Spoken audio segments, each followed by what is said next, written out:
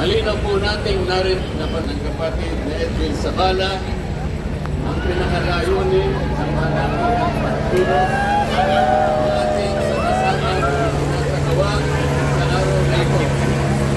Nais natin katawanin ang nagkakaisang damdamin ng milyong Pilipino at isabilin ang kanilang pinag-isang bithiin para sa isang mapayapa at nagkakaisang Pilipinas. Kaugnay nito, binanggit din po ang ating kagustuhan na ipaalam sa mga opisyales ng ating pamahalaan ang ninanais at pinapangarap na maayos at epektibong paglilingkod at paglutas sa lumalalang kahirapan na pinalubha ng katiwalian at korupsyon, kalamidad, kriminalidad, pangayang pampolitika at iba pa. Kinikilala po nating lahat na nagkakatipon ngayon na sa pagkakaisa, kapayapaan at pagkakasundo lamang natin makakamit ang hinahangad na pagunlad at pagsulong ng ating bansa. Sa bahagi po naman ng kapatid na Romel Topacio, tinindigan ang pagtitipong ito ng Iglesia ni Cristo ay konkretong kahayagan ng suporta sa naunang pahayag ng Pangulong Bongbong Marcos na hindi sasang-ayon sa isinusulong na impeachment laban kay Vice President Sara Duterte. Kinatigan din po ng Iglesia ni Cristo ang posisyon ng Pangulo na ang impeachment ay hindi makapagdudulot ng kabutihan sa buhay ng kahit isang Pilipino. Hindi lamang ito pag-aksaya sa oras ng pamahalaan, kundi makakahadlang din sa pagre-resolba sa marami at pangunahing problema ng bansa. Mataas na presyo ng bilihin, mababang kalidad ng edukasyon, infrastruktura, serbisyong pangmedikal, kriminalidad, seguridad at iba pa. Higit sa lahat, ang pagsusulong ng impeachment ay mauwi lamang sa pagtatalo-talo at pagkakampi-kampi, hindi lamang ng mga mamamayan, kundi pati na rin ng mga opisyalis ng gobyerno. Ipinaalala rin na kapag nagtatalo-talo ang mga nasa pamahalaan, apektado ang taong bayan, at kapag magulo ang bansa, ang mga tao ang kawawa. Pagpoto po. Ito naman.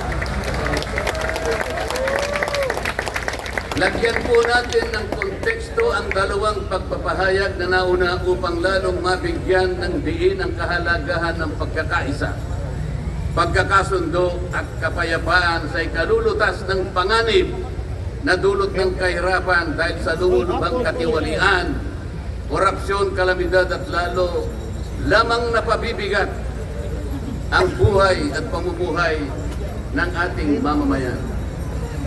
Sa isang ulat balita ng periodikong Philippine Star, 4 na araw na nakararaan ay ganito ang sinasabi. Based on a recent SWS survey, an estimated 17.4 million Filipino families considered themselves poor in the last quarter of 2024. This number represents 63% of the surveyed respondents, the highest self-rated poverty in 21 years. Across the country, Mindanao had the highest self-rated poverty at 76%, followed by Visayas at 74% and Luzon at 55%. Mga kababayan, sa tayang 5 ang miyembro ng bawat pamilyang Pilipino, nangangahulugan na aabot sa 87 milyong Pilipino sa ngayon ang nagsasabing sila ay mahirap. Katumbas ito ng 75% ng ating populasyon ngayon na tinatayang 116 million. Oh my God. Kakagasta ng kanyang budget noong 2022 and 2023. Saan ka naman nakakita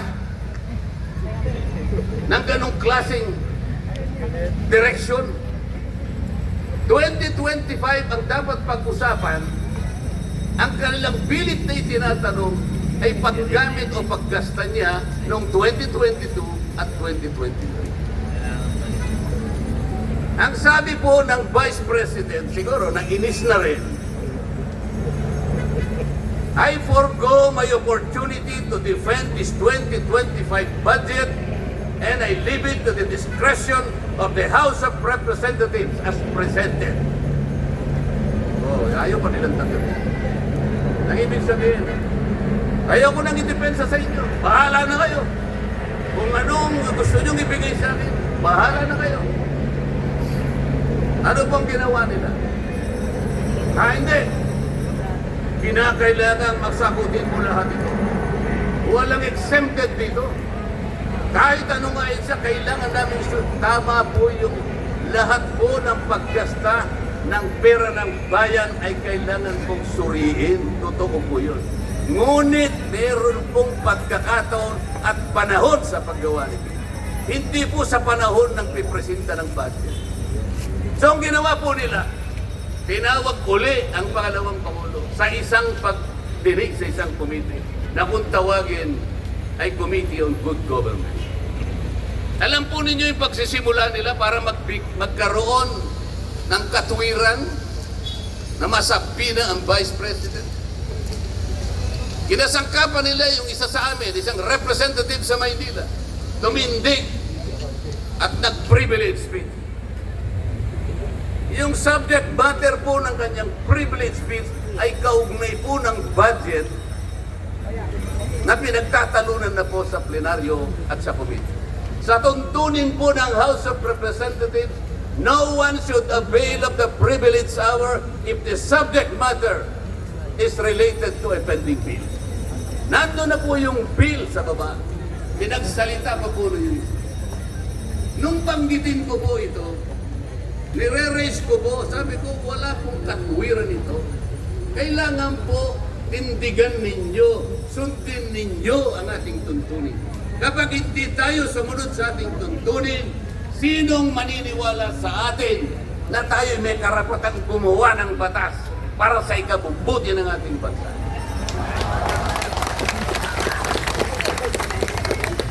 Ang sabi po ng chairman, noted. Saan ka naman nakakita ng ganun?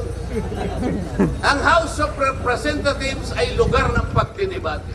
Doon masusuri kung sino ang may katwiran. Kung hindi magsasalita ang chairman. At pagkatapos po, sinabi ko pa, bakit pa ako? Dahil lamang sa isang manifestation ng isa sa amin, ginawa na naman ninyong isang motu proprio action. Yung motu proprio po ay, ibig sabihin, ang komite sa kanyang sarili ay pwedeng mag-imbestiga sa sarili niya. Pero ginamit nila yung manifestation ng isa sa amin. Mali na naman po yun. Hindi po dapat ganon. Nung i-raise ko po yun, ayaw na naman po nilang po. Samantalang ako po, I delivered a full privilege speech. DepEd din ang pinag-uusapan nun. At ang ni-raise ko po ay yung katiwalian involving more than 3 billion pesos covering 3 annual audits of the Commission on Audit. Kahit na full privilege speech, hindi man lang po ni-refer sa po. Samantalang yung illegal po na privilege speech, dali-daling ibinigay kagad sa Committee on Good Government. Kahit na illegal, kahit alam nilang mali. Ito po yung problem. So sabi ko, Mr. Chair, bakit tayo po ang sumusuri? Bakit tayo po ang nag-audit ng confidential funds ng Vice President? Bakit tayo po? Hindi po ba ang binantuhan ng ating saligang batas na tanging may otoridad at kapangyarihang mag-audit at mag-examine ng lahat ng report at papeles ng pagkakagasta ng ating bansa ay ang Commission on Audit?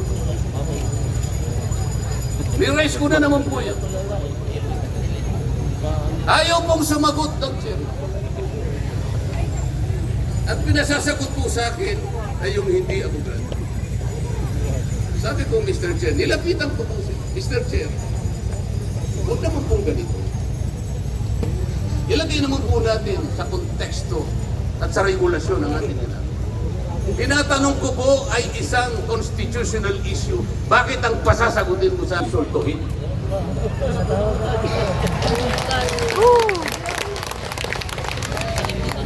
Doon sa puntong yun, alam po ninyo, pati yung kinakain kong hopya, pinagtripan nila.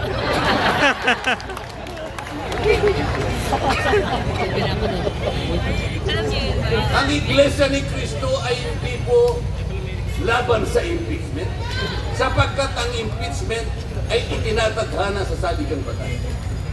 Ngunit, kung ang paraan ng pagsasagawa nito ay wala sa batas at wala sa tuntunin, ito na naman ay pagmumulan ng kaguluhan, pagmumulan na naman ng pagkakabahabahagi ng ating bansa. Ito po ang gusto nating iwasan.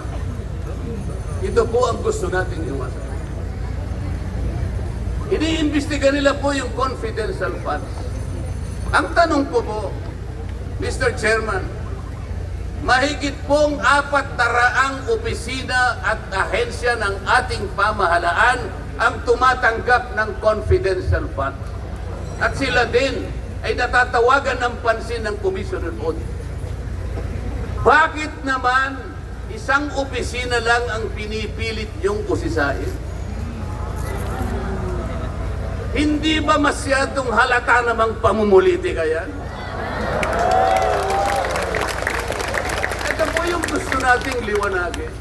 Hindi po tayo laban sa pag-iimbestiga ng katiwalian. Ilagay po natin sa ayon. Sana man lang kumuha sila ng ilang pang mga bahagi ng opisina na kagaya din ng pagkagamit ng confidential funds sapagkat ang layunin po raw ay makagawa ng batas. Kung talagang gusto ninyong gumawa ng batas, kasi po in aid of legislation, palagi po ito ang nagagamit, inquiry in aid of legislation. Nasa saligang batas po naman talaga ito. Kaya lang, meron pong limitasyon ang inquiry in aid of legislation. Ano po yung unang limitasyon? Kailangan po meron ka ng nakapalangkas na batas, panukala. Hindi mo lang makumple-kumpleto sapagkat nag-aatubili ka, baka merong impact ito sa ibang sektor. Kaya tatawag ka ng mga tao na makatutulong sa'yo para sa ganun makumpleto mo ang iniisip mong panukala. Pagka ganun, alam niya kung sinong tatawagin niya. At alam niya rin kung anong itatanong niya. Hindi po ganun ang nangyayari ngayon. Dahil nga wala na pong rule of law. Basta na lang sila tatawag ng kahit sino sapagkat hindi naman po talaga ang layunin ay gumawa ng batas. Kung hindi usigin ang taong gusto nilang usigin. Ito po ang nangyayari. Kaya nga po, dahil sa kagustuhan nila na talagang usigin ng ICC ang Pangulong Duterte, alam po rin yun. Yun lang ang tanging layunin. Sa 13 pagdinig ng Quadcom, 13, nakapaggawa lang sila ng isang batas na kahit siguro po high school graduate pagtatawanan niya yung kanilang panukalang batas. Bakit po? Yung definition na definition lamang po ng extrajudicial killing. Ay talaga po matatawa ka. Ayaw ko na pong babain yun. Ibig sabihin, ang layunin talaga ay hindi in aid of legislation, kung hindi in aid of prosecution, in aid of persecution.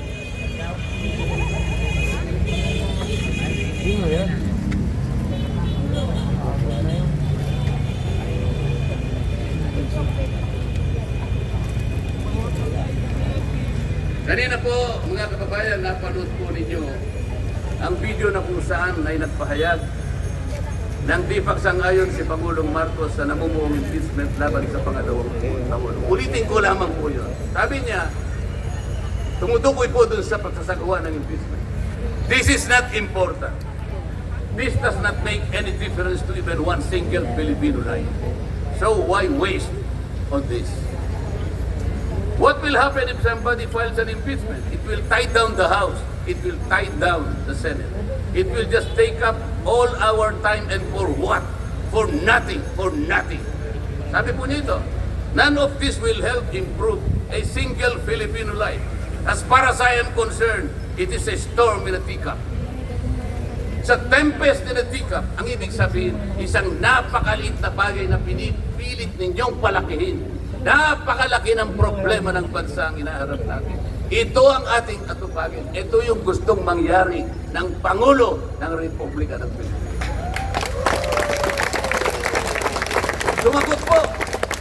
Sumagot po ang liderato ng House of Representatives. At sa isang bahagi, ang sabi po niya, ito po, kinuha ko lang yung isang bahagi sa isang mahabang manifestong ginawa nila. Sabi po ng House of Representatives, bilang tugon doon sa sinabi ng ating Pangulo. Sabi po niya, together, let us rally behind our President to protect and preserve the gains of democracy as we build a stronger, more united, and more prosperous republic. Pero nasaan po kaya? Nandito po kaya lahat yung mga sumama sa manifesto ito na sumusuporta na mag-rally tayo sa likod ng Pangulo? Tayo'y magkaisa upang panindigan yung nauna niyong pahayag na ang gusto nating unahin na pagkaisahan ay yung pagtugon, pag-address sa mga problema ng bansa. Nasaan kaya sila? Nandun kaya sila sa likod ng Pangulo o tayo lang lahat? Sa Makati, tayo pong lahat ngayon na sama-samang nagkakatipon ngayon na hindi ko mapilan kung ilang, baka meron 1 milyon po yan. Tayo pala ngayon ang nagkakatipon sa diwa ng tunay na kapayapaan at pagkakaisa na nagrarally ngayon. Sapagkat tayo lamang ang nasa likod ng Pangulo sa kagustuhan niya na harapin natin ang mga hamon at nagbabantang problema ng ating bansa. Sapagkat, sabi niya, totoo naman, ang impeachment ay hindi makapagbibigay kahit anong butil ng kabutihan sa buhay ng isang Pilipino. Bago po ako magtapos, ay nais ko pong sipin dito ang butil ng kaalaman na inalaw sa isang 1957 Nobel ng pamagat ay Atlas Shrugged ni Alice O'Connor, na kilala sa taguring Ayn Rand. Ang sabi po niya. Sa English muna po, pasensya na po kayo. When you see that in order to produce, you need to obtain permission from men who produce nothing. When you see that money is flowing from those who deal not in goods but in favors. When you see that men get richer by graft and pull, not by work. And your laws don't protect you against them, but protect them against you. When you see corruption being rewarded and honesty becoming a self-sacrifice, you may know that your society is doomed. Kapag nakikita po ninyo na para tayo ay mag-produce, ay hingi pa tayo ng permiso sa mga taong hindi naman nakakapag-produce, at nakikita po nyo na umaapaw ang pera sa pamagitan ng patagong transaksyon at hindi sa pamagitan ng mga merchandise na nakikita natin. At nakikita ninyo kanya na yung iba ay lalong nagiging mayaman sa pamagitan ng katiwalian at hindi sa pamagitan ng trabaho. At ang mga batas ninyo, sila pa ang pinoproteksyonan. At ang batas ninyo ay sila pa ang lumalaban sa inyo. At kapag ang corruption ay ito ang itinatadhana, ito ang binibigyan ng reward. At yung katapatan ay ito ay nagiging sakripisyong pang personal. alam na ninyo na ang inyong lipunan ay nasa kapahamakan. Mabigat po ito. Mabigat po ito. Ito ang dapat harapin ngayon sa pamamagitan ng pagkakaisa, pagkakasundo at kapayapaan. Hindi po biro-birong problema ang inaharap ng ating bansa. At bago po ako tuluyang magtapos, payagan ninyo kung ulitin ang sentimiento ni Edmund Burke, isang English political philosopher, na sinabi niya, "The only thing necessary for evil to triumph is for good men to do nothing." Sa Tagalog po, ang tanging kailangan para magtagumpay ang kasamaan ay magsawalang kibo at walang gawin ang mabubuting tao. Maraming salamat po at magandang hapon po sa ating lahat.